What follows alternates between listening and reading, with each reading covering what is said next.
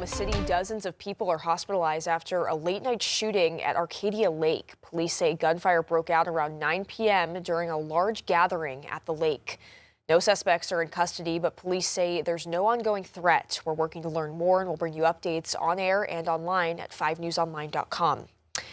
Well, new at noon, a Wister man was killed in a motorcycle crash Saturday in LeFlore County, according to the Oklahoma Highway Patrol. 51-year-old Daniel Jennings died after on his motorcycle collided with a car on a State Highway 112 just west of Bud French Road. The crash happened just before noon Saturday. A 52-year-old woman was also injured in that crash. The extent of her injuries have not been released. A Barling man has been arrested for murder and attempted murder. Over the weekend, police arrested 29-year-old Derek Lawrence Gwynn in connection to a shooting that happened on Holly Street Saturday night. Investigators say an adult man was pronounced dead, while one juvenile male suffered serious injuries but is expected to survive. Gwynn is behind bars with a $500,000 bond. We're looking into an update of a major chemical spill in Sebastian County. It happened on Saturday, where investigators say about 125,000 gallons of sulfuric acid spilled from a C&S chemical storage tank, spreading onto Highway 271.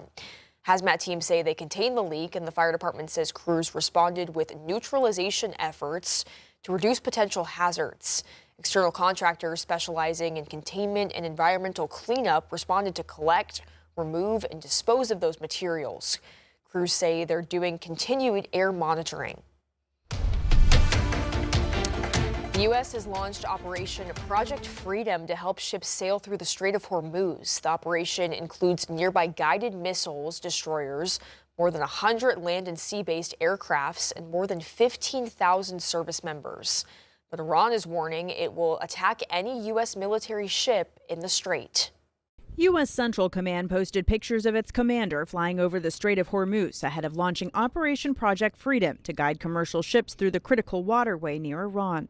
CENTCOM announced this morning that U.S. destroyers are now operating in the Arabian Gulf and helped 2 U.S.-flagged merchant vessels safely transit the strait. The Iranians do not have control of the strait. We have absolute control of the strait. A top Iranian military official warned that any foreign force will be attacked if they try to approach or enter the Strait of Hormuz. State media is claiming they fired missiles at the USS Frank Peterson Jr., but CENTCOM says no U.S. ships were hit. South Korea and the United Arab Emirates say they're investigating reports their commercial vessels were attacked.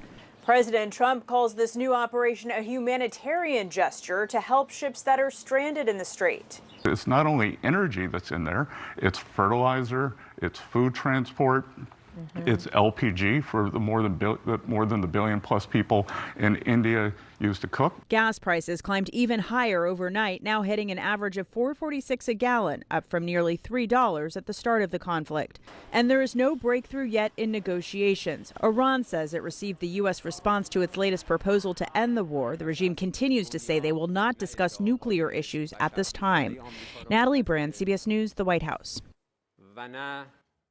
Back here at home, AAA is reporting that the average cost of gasoline in the U.S. rose to $4.45 a gallon. That's up 34 cents from a week ago. It's also increased $1.47 since the start of the war in Iran, February 28th. In Arkansas, the average price for regular gas has reached $3.88 a gallon. In Oklahoma, the average price is $3.89. Governor Sarah Huckabee Sanders has called lawmakers back to the Capitol for a special session to begin today. The House has wrapped up the 2026 fiscal session. This session will focus on tax relief. 5 News reporter Claire Everbach has a recap of the fiscal session and a preview of today's agenda. Following the conclusion of the fiscal session, the governor says this session will focus primarily on cutting taxes. Her proposals are lowering the state's top individual income tax rate to 3.7% effective January 1st, 2026. It would also amend the top corporate tax rate for domestic and foreign corporations to 4.1% beginning January 1st, 2027. During the fiscal session, lawmakers approved Arkansas's revenue stabilization law, outlining a proposed $6.7 billion budget for the next fiscal year.